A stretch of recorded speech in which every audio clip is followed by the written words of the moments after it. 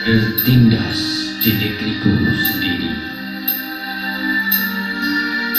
Banyak sindiran yang bisa menggambarkan kondisi daerah kita ini yang berjalan abnormal, mulai dari proses penegakan hukum yang tidak adil, kesenjangan sosial, perilaku kekerasan hingga korupsi. Mungkin puisi karya Adi Masardi tentang negeri para pedebah yang menyebutkan pemimpinnya hidup mewah, namun rakyatnya makan dari mengais sampah atau jadi kuli di negeri orang yang upahnya serapah. Dan boga mentah penganiayaan yang berbentuk kekerasan, yaitu pembacokan dan penembakan, bisa mewakili kondisi di Bangkalan ini. Selanjutnya, dalam puisi itu diceritakan banyak orang yang baik dan bersih dianggap bersalah, menipu rakyat dengan pencitraan menjadi lumrah, karena hanya penguasa yang boleh marah, sedang rakyat hanya bisa pasrah. Hal ini sangat nyata dengan kondisi rakyat Bangkalan saat ini. Alhasil, hanya keputusasaan rakyat Bangkalan dan hilangnya kepercayaan masyarakat.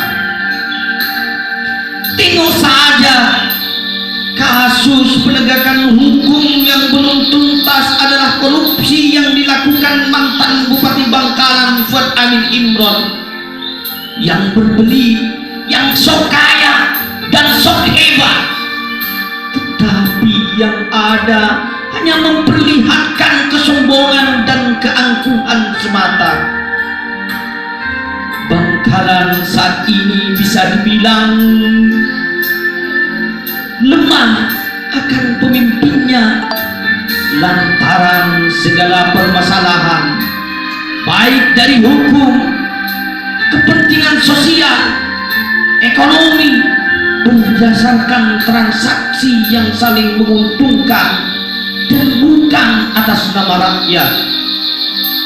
Padahal mereka memimpin bangsa ini disumpah saat dilantik, berjanji akan mendahulukan kepentingan rakyat di atas kepentingan pribadi. Kini kepercayaan masyarakat sudah tercederai dengan kondisi yang amburadul dan antah berantah.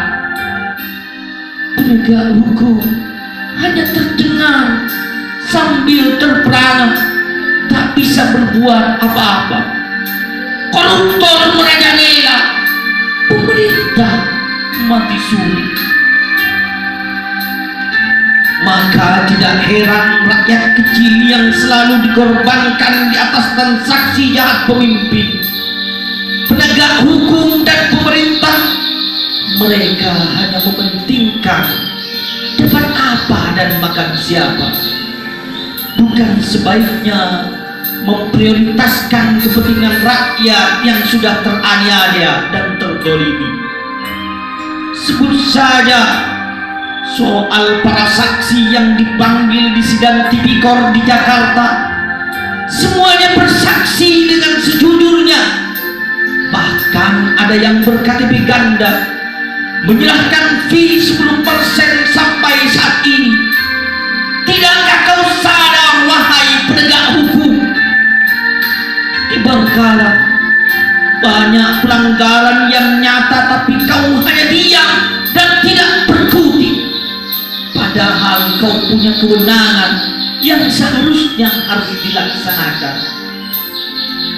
Kasus lain adalah soal temuan BPK RI yang mengakibatkan kerugian negara hingga berkisar puluhan miliar.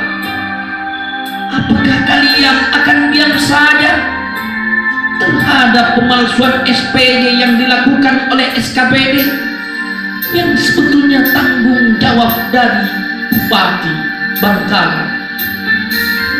Sungkankah kalian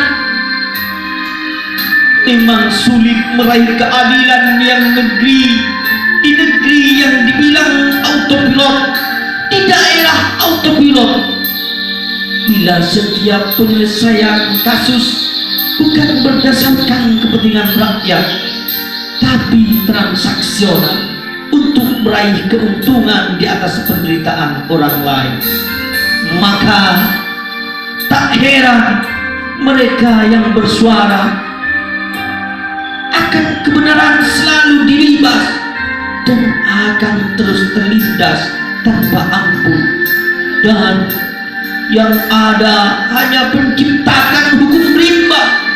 Siapa yang kuat, dia yang berkuasa. Bila demikian, tidak heran jeritan rakyat kecil yang belum merasakan keadilan hanya menguntungkan, hanya akan mengundang murka dari Tuhan. Pantaskah kita diam? Pantaskah kita berdiam diri? Kalau kita berdiam diri, maka akan terlindas. Maka itu tugas kita adalah lawan, lawan, dan lawan. Wassalamualaikum warahmatullahi wabarakatuh.